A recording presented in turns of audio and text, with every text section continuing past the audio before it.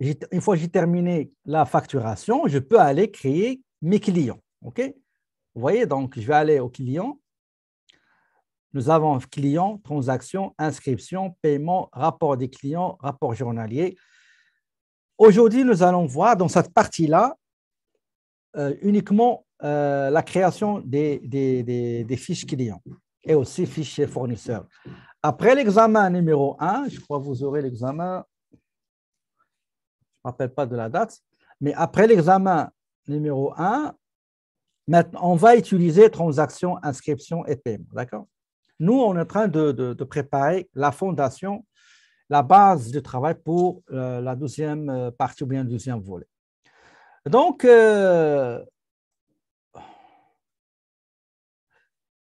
j'ai le client, je clique sur client, je n'ai pas d'information ici, je n'ai aucun client créé. Pour créer le client, je clique ici, créer un client. D'accord? Créer un client. Attendez, ce ne sera pas long. Donc, le client, nous avons coordonnées, dossier, dossier suite, taxes, divers. Je répète, coordonnées, dossier, dossier suite, taxes, divers.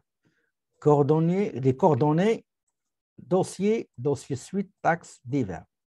Je commence par la référence que je vais donner à mon client. À votre avis, si vous êtes en train de créer une fiche pour un client, quelle est la référence que vous allez donner à votre client?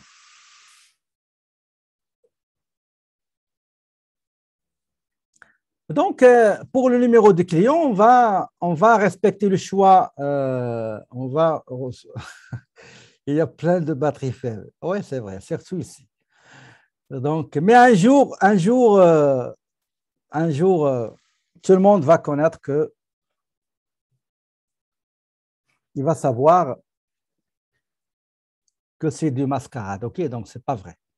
Donc, les numéros qu'on va utiliser, c'est des numéros, le numéro du client préconisé par le manuel scolaire, on va le respecter, c'est les 7 derniers chiffres du numéro de téléphone. Là, il y a un problème. Si jamais le téléphone n'est plus en fonction, si jamais le client, si jamais le client a changé de numéro, je vais vous montrer qu'est-ce qu'il faut faire. OK? Donc, le numéro de téléphone du client, le client. Donc, c'est 514. Donc, 514 et 44. Donc, 514, 44. Tabulation. Clé de trait, je vais mettre le nom du client. D'accord? Le client s'appelle comment? APKids. APKids. APKids Inc. Le nom aussi du client, la même chose. Donc, Happy Kids, on sait Happy Kids. Quelle est la personne à contacter dans cette entreprise si jamais il y a des contacts à faire et à chaque fois, on veut communiquer? Quelle est la personne désignée? Selon l'énoncé, la personne désignée, c'est Sicard Alain. OK? Donc, c'est Sicard Alain. Adresse du client. Donc, c'est 200 avenue Bélanger. Avenue Bélanger. La ville, c'est Montréal. Pays, c'est CA, c'est le Canada. Le code postal, donc c'est C1, C1, C1. Numéro de téléphone. Numéro de téléphone, j'ai deux numéros, j'ai téléphone et télécopieur, c'est-à-dire fax. 514, 514, 44. Donc, le poste, c'est le poste numéro 10. Après, j'ai le télécopieur ou bien le fax. Donc, c'est 514, 514, 4, 5. Le site internet www.happykids.ca. Donc, le courriel. Donc, le courriel, c'est le courriel Alain. OK. Alain at happykids.ca. Ça, c'est les coordonnées. D'accord? Ça, c'est les coordonnées. Je ne sais pas, est-ce que vous avez terminé les coordonnées ou bien j'attends un peu. Donc, une fois j'ai fini coordonnées, je vais aller dossier. Je vais aller à dossier. Comme vous pouvez le constater, je clique sur vendeur et je vais aller chercher le vendeur que j'ai. OK? Si jamais vous n'avez rien ici, admettons, on n'a pas de vendeur. D'accord? Je vais vous montrer. Si on a le vendeur, on clique et on sélectionne le vendeur. C'est qui le vendeur ici? Sigma Semar. Sigma Semar. C'est celui-là. D'accord? Si jamais on n'a pas Sigma Semar, on n'a pas créé. On n'a pas créé le vendeur. Qu'est-ce qui va arriver? Si on clique ici, on va trouver ça vide. À ce moment-là, on va créer le vendeur en cliquant sur Nouveau vendeur. Mais c'est préférable de commencer par ce paramétrage. Donc, le vendeur, c'est Sigma Semar. Le territoire, c'est Montréal. Donc, je sélectionne le territoire Montréal. Terme de paiement. Terme de paiement. On clique ici et on n'a pas les termes de paiement. On va les créer. Regardez les termes de paiement. Les termes de paiement.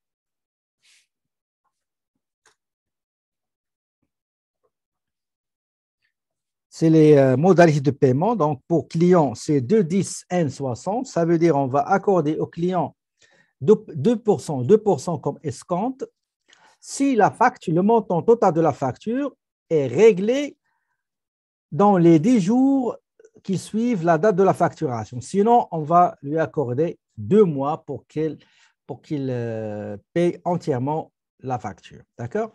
Donc, je sélectionne créer. Donc, je donne numéro 1, la description. Ça va venir automatiquement. Une fois que vous allez mettre le taux de pourcentage, on a des C210, ça veut dire 2. Si la facture a été réglée dans les 10 jours suivant la facturation, sinon, je lui accorde 60 jours. Vous voyez? Ici, je saisis et dans la description, et j'enregistre. Facturer A. Facturer A, ça veut dire quoi? Ça veut dire, je suis une entreprise qui se trouve à Montréal. Et j'ai des agences dans d'autres villes québécoises, dans d'autres villes dans la province du Québec. Ces agences-là, quand ils auront besoin de choses à acheter, ils vont l'acheter, mais ils ne vont pas le payer. La facture, je vais la recevoir moi-même, qui est à Montréal. Donc, il sera facturé en mon nom, au nom de ma compagnie ici à Montréal. Les autres, ce ne sont que des agences qui me représentent. OK?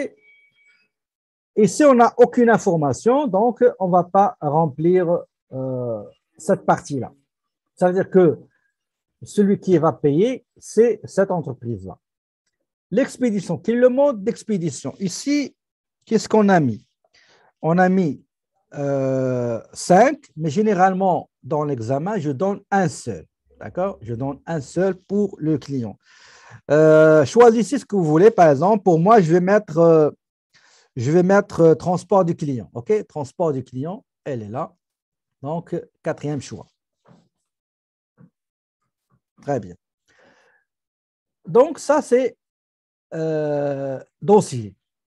Maintenant, dossier, la suite de ce qui est dossier, marge de crédit. Est-ce que généralement, si jamais, vous savez que normalement, il y a des entreprises qui permettent à un client d'avoir une marge pour les achats. Soit il faut attendre l'autorisation de mes supérieurs, soit après vérification de ses antécédents, ou bien une marge illimitée. Je peux, par exemple, lui dire, écoutez, vous pouvez prendre uniquement à crédit 10 000 $. Vous achetez à crédit à 10 000 $. Mais attendez, je dois avoir mon autorisation. Ou bien, attendez, je vais vérifier. Ou bien, il n'y a aucune marge, pas de crédit. Ou bien, un crédit illimité.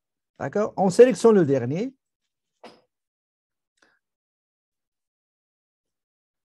Dans l'examen, je donne type de marge. OK? Bah, sélectionnez ce que vous voulez, mais généralement, je donne le type de marge.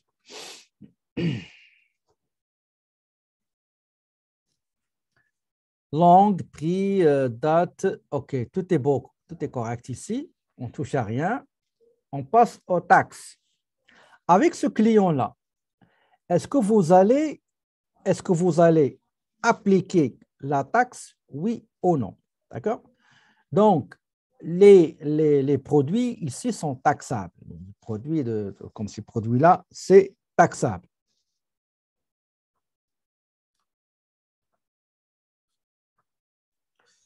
Je clique 2 fois et je sélectionne quel est le groupe de taxes appliquées, TPS et TVQ, donc le premier ici. Pour ce qui est divers, vous allez mettre quelques commentaires, d'accord? Des commentaires qui concernent, je ne sais pas moi, vous allez dire par exemple, client, par exemple, gros client, donner plus attention à ces exigences, par exemple. OK? Regardez, je vais vous montrer une chose. Donc, pour aller à la deuxième ligne, contrôle entrée, vous mettez, je ne sais pas moi, client fidèle et, et toujours solvable, par exemple. OK? Solvable, sans faute, etc., etc. D'accord? Une fois que vous terminez, vous cliquez sur enregistrer et vous aurez une autre fenêtre pour créer d'autres clients.